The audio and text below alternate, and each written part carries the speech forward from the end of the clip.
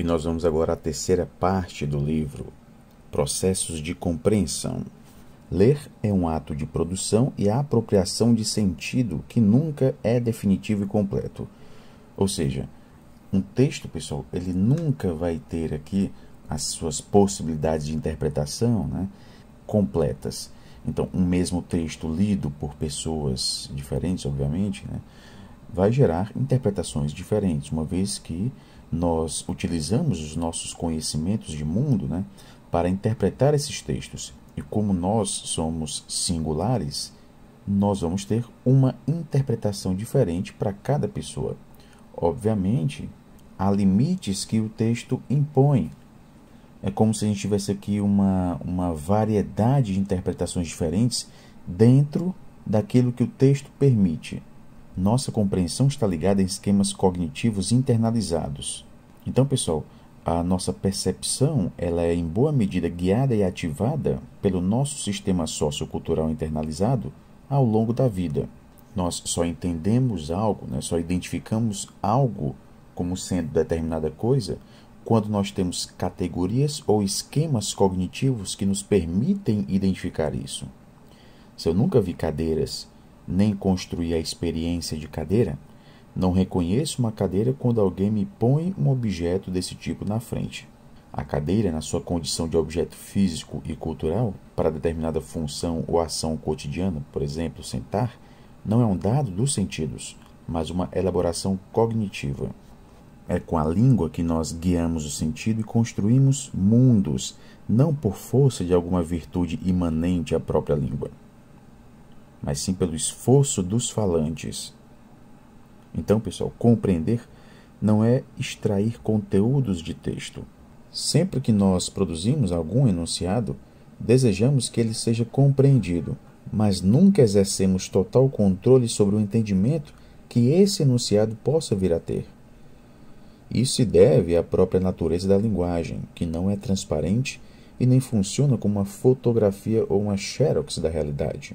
A interpretação dos enunciados é sempre fruto de um trabalho e não uma simples extração de informações objetivas. Então, pessoal, a leitura aqui, né, ela é vista como uma prática social. Sendo uma atividade de produção de sentidos colaborativa, a compreensão não é um simples ato de identificação de informações, mas uma construção de sentidos com base em atividades inferenciais. Para se compreender bem um texto, tem que se sair dele, pois o texto sempre monitora o seu leitor para além de si próprio, e esse é um aspecto notável quanto à produção de sentido. Então, pessoal, entender um texto não equivale a entender palavras ou frases. Entender as frases ou as palavras é vê-las em um contexto maior. Entender é produzir sentidos e não extrair conteúdos prontos. Entender o texto é inferir numa relação de vários conhecimentos. Conceitos como contexto, sujeito, estilo e gênero textual são de fundamental importância para a gente ter uma boa visão da atividade de compreensão. Muitas são as discussões hoje sobre a questão do sentido literal. O sentido literal de um texto nada mais é que o sentido básico que entendemos quando usamos a língua em situações naturais. Não se trata do sentido dicionarizado, nem de uma oposição ao sentido figurado, e sim daquele sentido que é construído como preferencial. Por isso, pessoal, que a gente não pode vincular o sentido literal de uma forma automática, né, a palavras, pois essas palavras podem ter vários sentidos literais. O sentido é um efeito do funcionamento da língua e não uma simples propriedade imanente ao item lexical como tal. Então, quando a gente se depara com a palavra, né, a gente pergunta qual o sentido literal dessa palavra. É como se ela só tivesse um sentido literal dessa palavra. Mas o sentido literal ele vai ser visto, né, no contexto de aplicação dessa palavra. Muitos enunciados tomados em sentido literal exigem contextos para sua interpretação. E às vezes esses contextos são tão transparentes e automáticos que passam despercebidos. O sentido literal exige contexto para ser interpretado e o sentido não literal exige uma certa convenção. Esse sentido não literal seria pragmático, associado ao enunciado e ao falante, não convencionalizado nem composicional. Assim, pessoal, há diversos autores que anulam a relação de distinção entre sentido literal e sentido não literal. De maneira geral, a gente pode hoje distribuir os modelos teóricos que tratam da compreensão em dois grandes paradigmas. Compreender é decodificar e compreender é inferir. Então a gente teria aqui as teorias da compreensão como decodificação, baseadas na noção de língua como código, né? E de outro lado, as teorias da compreensão baseadas na noção de língua como atividade, tomando a compreensão como inferência, ou pelo menos como processo de construção baseada numa atividade mais ampla e de base socio-interativa. Essas duas perspectivas teóricas não são necessariamente antagônicas, elas podem apresentar pontos de contato. E na tentativa de evitar confusões, alguns aspectos podem ser mais bem trabalhados. Ler e compreender são equivalentes. A compreensão de texto é um processo cognitivo. Compreender um texto é realizar inferências a partir das informações dadas no texto e situadas em contextos mais amplos. Os conhecimentos prévios exercem uma influência muito grande ao compreendermos um texto. São estes conhecimentos os responsáveis básicos pela nossa compreensão. Compreender um texto não equivale a decodificar mensagens. E para a gente entender tudo isso, pessoal, é importante que a gente compreenda a língua como sendo um fenômeno cultural, histórico, social e cognitivo, que varia ao longo do tempo e de acordo com os falantes. A língua se manifesta no seu funcionamento e é sensível ao contexto. Sendo uma forma cognitiva, nós podemos com ela expressar nossos sentimentos, nossas crenças, ideias e desejos. Mais do que uma forma, a língua é uma forma de ação pela qual podemos agir fazendo coisas. Ela não se confunde com gramática, ortografia ou léxico. A língua se manifesta nos processos discursivos, no nível da enunciação, concretizando-se nos usos textuais mais variados.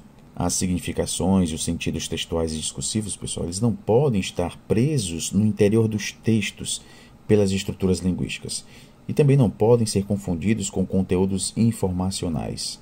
A língua permite uma pluralidade de significações e as pessoas podem entender o que não foi pretendido pelo falante ou o autor do texto. E também não é possível dizer tudo, já que para isso a gente teria de produzir uma quantidade grande de linguagem e os textos não terminariam nunca. Até por uma questão de economia, o autor de um texto sempre deixa alguma coisa por conta do leitor ou ouvinte. Então a atividade de produção de textos, pessoal, é sempre uma atividade de coautoria. Os sentidos são parcialmente produzidos pelo texto e parcialmente completados pelo leitor. O texto ele é aberto a várias alternativas de compreensão, mas ele não é uma caixinha de surpresas ou algum tipo de caixa preta. Há limites para a compreensão textual, e esses limites são dados por alguns princípios de compreensão. Nessa visão, a coerência de um texto é uma perspectiva interpretativa do leitor, e não se acha inscrita de forma completa e unívoca no texto. Um texto pode ter coerências diversas, e ao carecer de evidências, o leitor constrói a sua. O sentido não está no leitor, nem no texto, nem no autor. Ele se dá como efeito das relações entre eles e das atividades desenvolvidas.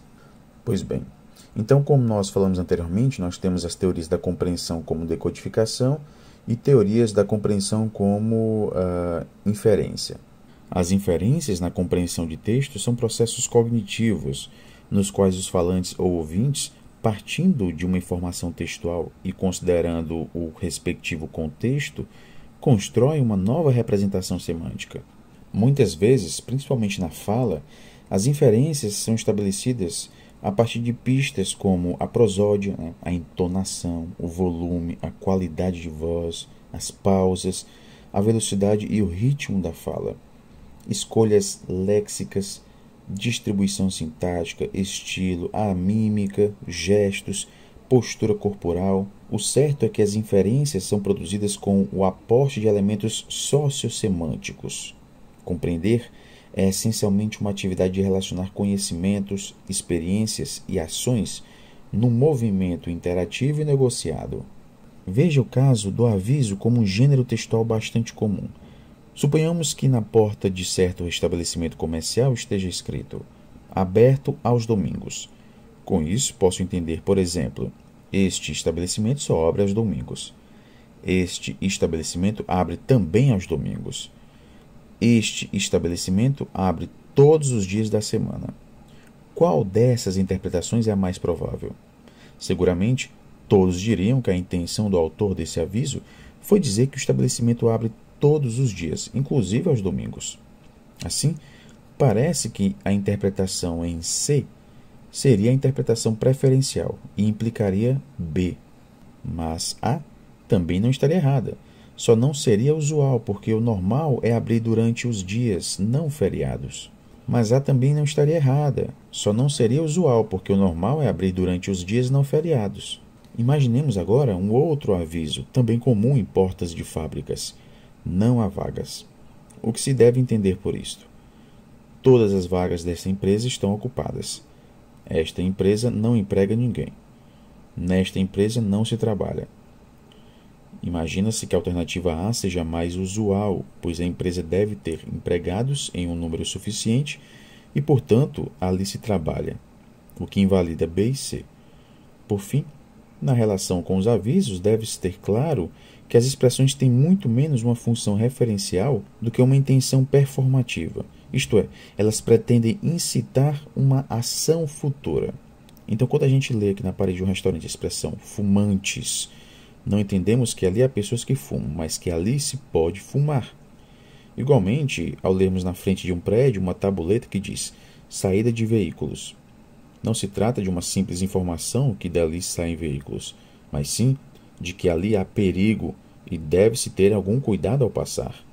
É muito difícil, em qualquer situação de uso da língua, obter a explicitude completa nos textos, pois eles sempre estão contextualizados numa determinada situação, cultura, momento histórico, campo ideológico, crença e assim por diante. É fácil aqui perceber que os exercícios de compreensão dos livros didáticos costumam falhar em pelo menos 3 aspectos centrais. Supõem uma noção instrumental de língua e imaginam que ela funciona apenas literalmente, como transmissora de informações, é a velha metáfora da língua como um conduto. Supõem que os textos são produtos acabados que contêm em si, objetivamente inscritas, todas as informações possíveis, e supõem que compreender, repetir e memorizar são a mesma coisa, ou seja, compreender é identificar informações textuais objetivas. A noção de compreensão como simples decodificação só vai ser superada quando a gente admitir que a compreensão é um processo criador, ativo e construtivo, que vai além da informação estritamente textual. E nós finalizamos aqui, pessoal, a análise desse livro. Nós vimos aqui os principais pontos. É óbvio que isso não descarta a importância de se analisar, de se ler, né, o livro como um todo. Vimos aqui as noções de língua, texto, gênero, compreensão e sentido. E é claro, percebemos muito bem que a perspectiva adotada aqui é a perspectiva da visão socio-interacionista da língua, recusando aqui a língua como um sistema autônomo e vendo a linguagem como um conjunto de atividades e uma forma de ação. Espero que tenham gostado das abordagens que nós fizemos aqui. Bons estudos a todos e até a próxima. Nesta parte dos estudos sobre a linguagem, nós vamos ver algumas coisas a respeito da oralidade e da escrita. Um fato ninguém pode esquecer. Todos falam e alguns escrevem. Todos os povos dos quais nós temos conhecimento, e mesmo dos que não temos conhecimento, é muito provável, falaram, mas muito poucos escreveram. Hoje em dia, inclusive, existem em torno de umas 4 a 5 mil línguas faladas no mundo. Dessas, menos de 10% tem escrita. Uma escrita própria, uma literatura e uma tradição. Nós, na língua portuguesa, temos uma bela tradição escrita. Mas nem por isso deixamos de falar. Se nós fôssemos fazer uma análise do nosso dia a dia, desde que a gente acorda até quando vai dormir, provavelmente nós iríamos descobrir que mesmo os que mais letrados são, os que têm maior grau de letramento, vão utilizar mais de 90% do tempo falando e uns 10% do tempo escrevendo. No entanto, apesar de, mesmo hoje, numa sociedade como a nossa, em que a escrita entrou de forma tão violenta, mesmo assim, nós continuamos falando bastante e damos uma importância enorme à escrita. Tanto assim que hoje, se a gente vai observar, para definir uma pessoa educada, a gente praticamente diz quando uma pessoa é escolarizada. Quem não escreve, quem não tem uma educação formal na escola, etc., não é uma pessoa educada nos dias de hoje. Tanto assim que em muitos momentos da nossa vida, nós ouvimos que um cidadão que não domina a escrita é praticamente um cidadão de segunda categoria. Ou seja, a escrita tem uma grande importância, uma grande supremacia, um grande valor. O que nós queremos fazer aqui é mostrar que isso é um equívoco. Tanto a oralidade como a escrita são fundamentais. São duas maneiras de as pessoas organizarem seus discursos, praticarem as suas interações no dia a dia, sem que uma seja mais importante do que a outra. Cada uma tem seu lugar. São práticas discursivas que não concorrem, não competem, mas são complementares e são utilizadas harmonicamente no dia a dia. Outro aspecto importante é que o ser humano existe mais ou menos há 1 milhão de anos e sempre falou. A escrita existe no máximo 5, 6 mil anos. Quer dizer, a escrita é extremamente recente em todas as suas diversas formas de se manifestar. Gostaria de fazer 2 observações que me parecem bastante importantes, que são sistemáticas. Por exemplo, se nós colocamos uma pessoa falando, digamos, temos uma sala, e todo mundo olhando para um lado, bota uma pessoa lá atrás na sala, e essa pessoa fala alguma coisa, conta uma pequena história, ninguém viu quem é. E eu pergunto, era um homem ou uma mulher? Todo mundo vai poder dizer se era um homem ou uma mulher. Era jovem ou era velho? Provavelmente vai dar para identificar se era um jovem ou era um velho, até mais ou menos a faixa etária. Pergunta, essa pessoa é muito escolarizada ou não? Provavelmente daria para decidir isso. A gente pergunta, de onde mais ou menos veio? Será que ela é nordestina? Ela é gaúcha? É carioca? É paulista? As pessoas vão mais ou menos distinguir e provavelmente vão dizer de onde veio. Pois bem, sem ver a pessoa, sem conhecer a pessoa, só ouvindo, a gente pode dizer uma série de coisas sobre o indivíduo que está falando. Agora, se nós tomamos um texto que foi escrito por essa pessoa, e eu faço essas perguntas, ninguém vai saber responder nenhuma dessas perguntas. Por quê? Porque quando se fala, muitas marcas da própria individualidade, do próprio indivíduo, passam pela fala. Na escrita, já não. Então, a escrita é um pouco alguma coisa que se desgruda, sai do indivíduo. Por isso que se diz que ela tem um caráter um pouco de afastamento físico, inclusive, de uma abstração maior sobre este aspecto, um afastamento físico. E a fala, não, tem um caráter de envolvimento maior, de proximidade maior. Muitas vezes, os livros didáticos fazem uma tremenda confusão. Acham que a fala é contextualizada e a escrita descontextualizada. Não é verdade. Tanto a fala é contextualizada, como a escrita é contextualizada. Precisamos de contexto para entender. Contexto cognitivo, precisamos de uma série de contextos para poder entender quando lemos um texto escrito. E precisamos também de uma série de contextos para entender o que as pessoas estão falando, conhecer do que ela fala, de quem ela fala, etc. Agora, o que acontece é que as pessoas estão confundindo aqui a situacionalidade.